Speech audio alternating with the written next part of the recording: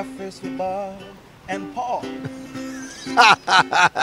Thank you, Poncho Man. Welcome to day 2 of the 2013 Breakfast with Bob and Paul here at beautiful Huggos, and we're brought to you each and every day by Monster Ice Sport, the Athlete's Headphones, and we're live on triathlete.com. Our next guest huddle. Yes. You want to toss out a little Spanish? Sí.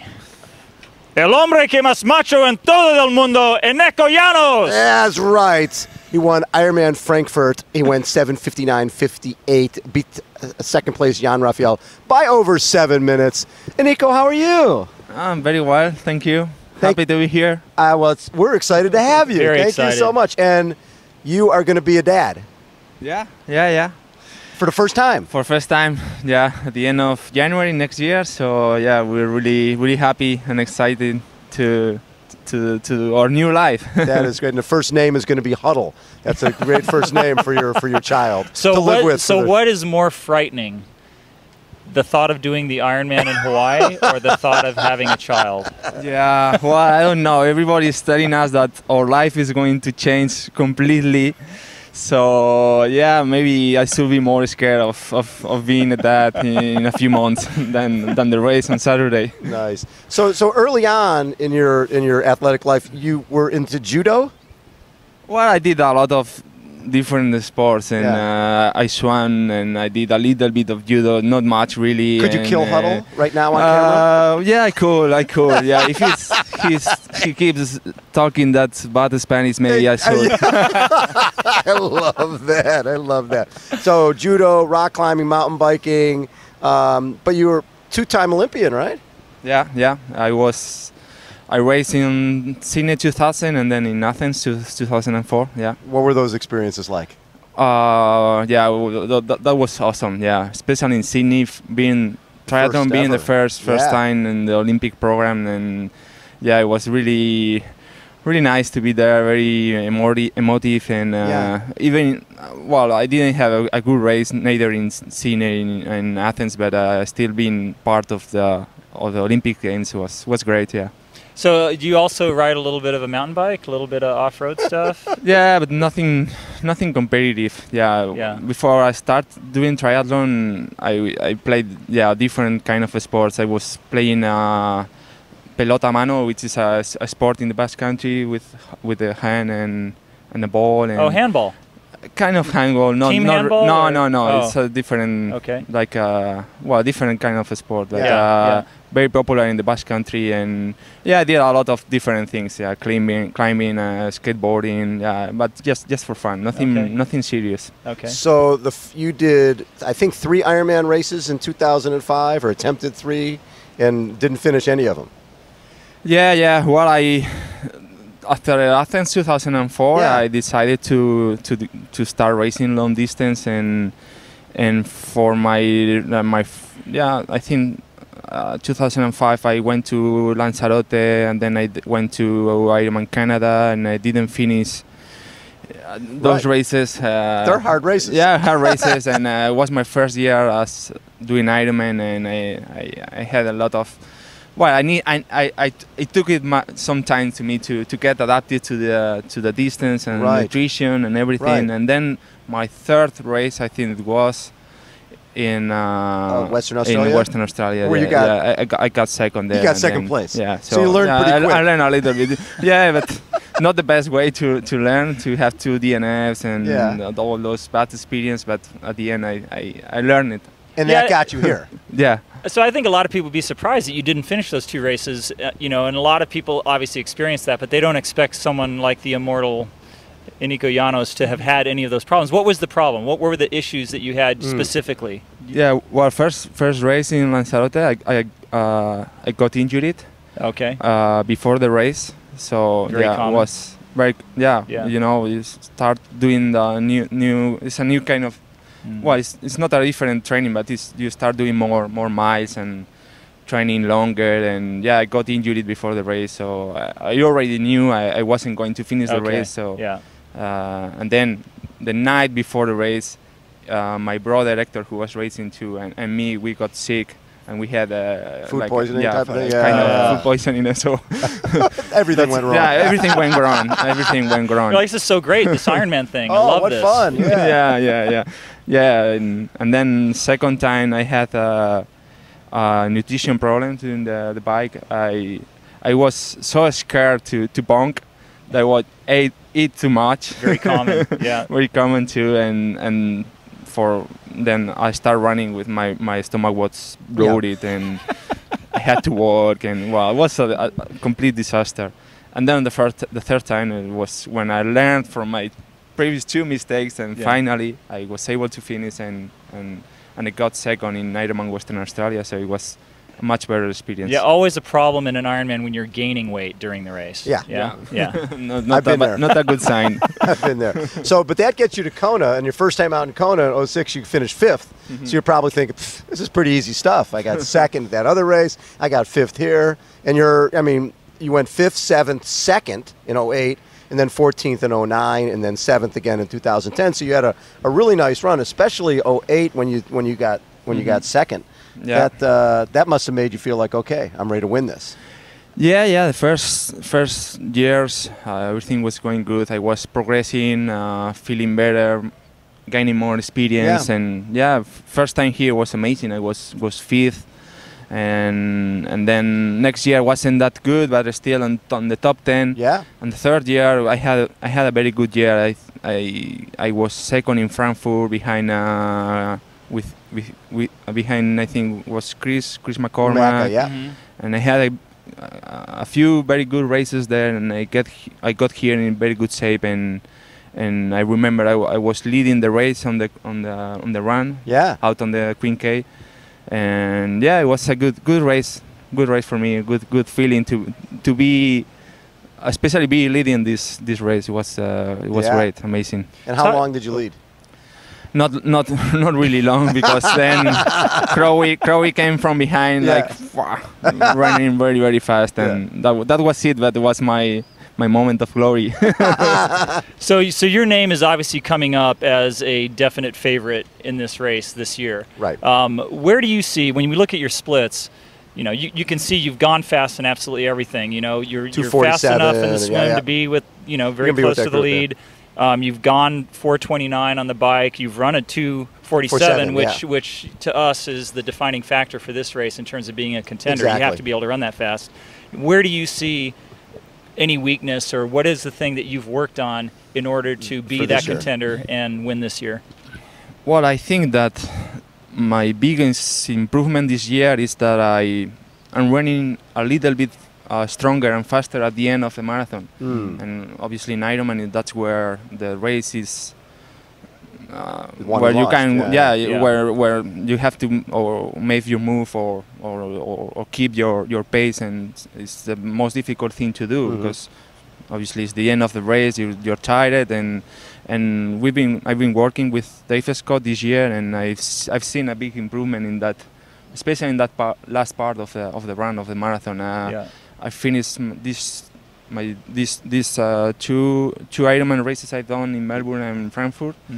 I think that was the biggest difference, respect what I've been doing in the past. I've been able to run a more consistent marathon.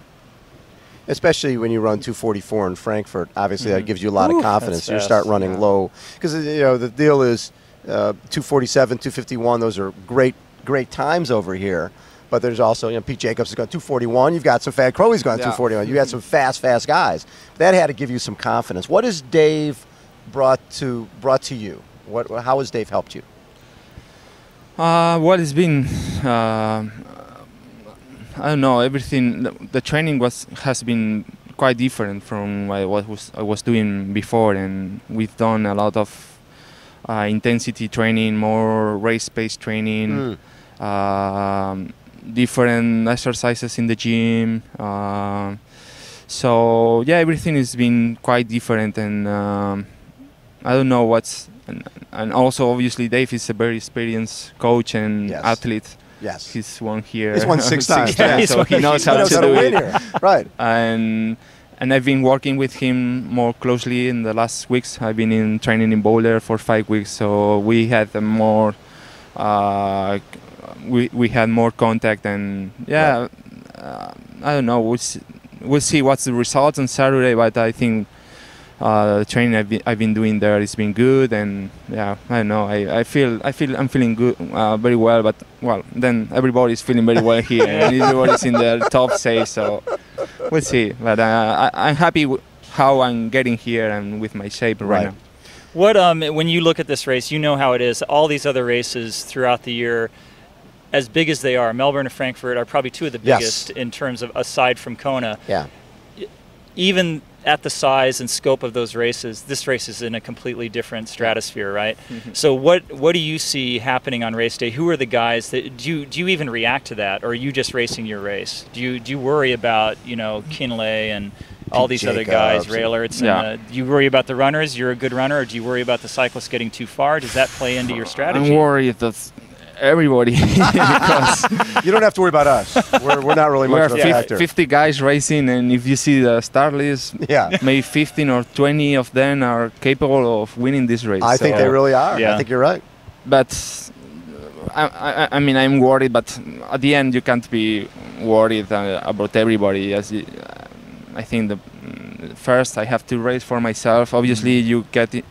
You are influenced by what the others are doing. You have to react, but sometimes you have to react thinking about your race, about yourself. And if Kinley comes on the bike and he starts riding hard, and if I can't or we can't follow him, then it's time to think about my pace, my race, my strategy. And you always react when someone comes on the bike or tries to break away, but then you have to check everything and see, maybe I'm going too fast, too slow, and then react and take a decision, but not forgetting about yourself and your race and your pace. And you understand that you're one of the guys that everyone's worried about, right? Everyone's looking at that list, and your name is right there, and they're going, oh no.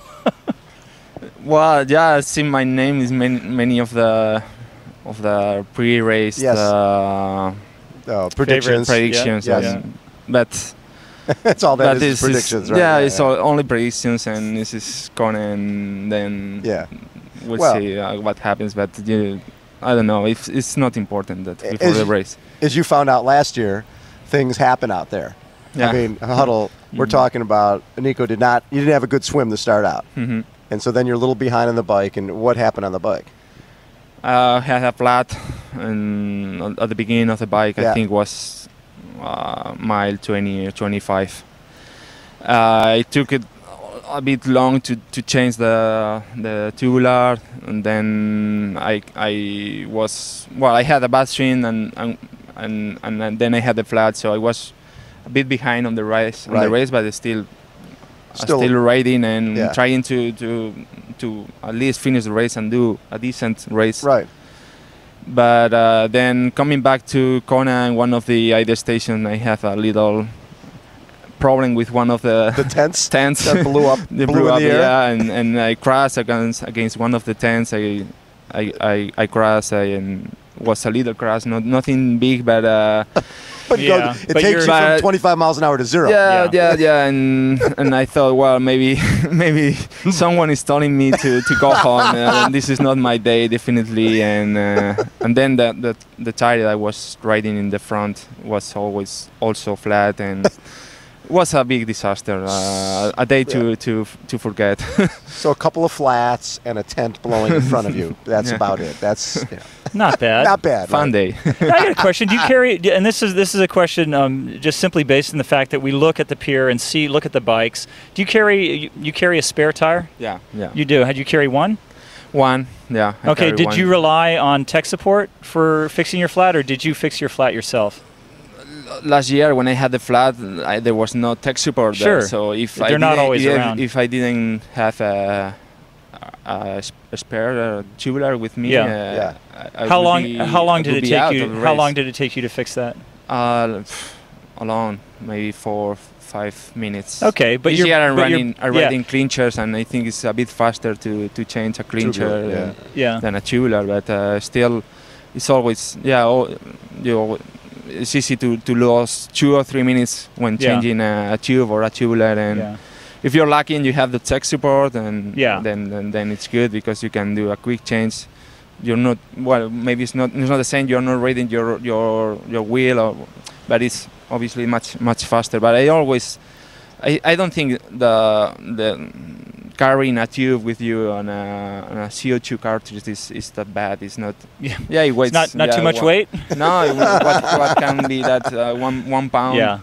I mean, in a race like this, it's not.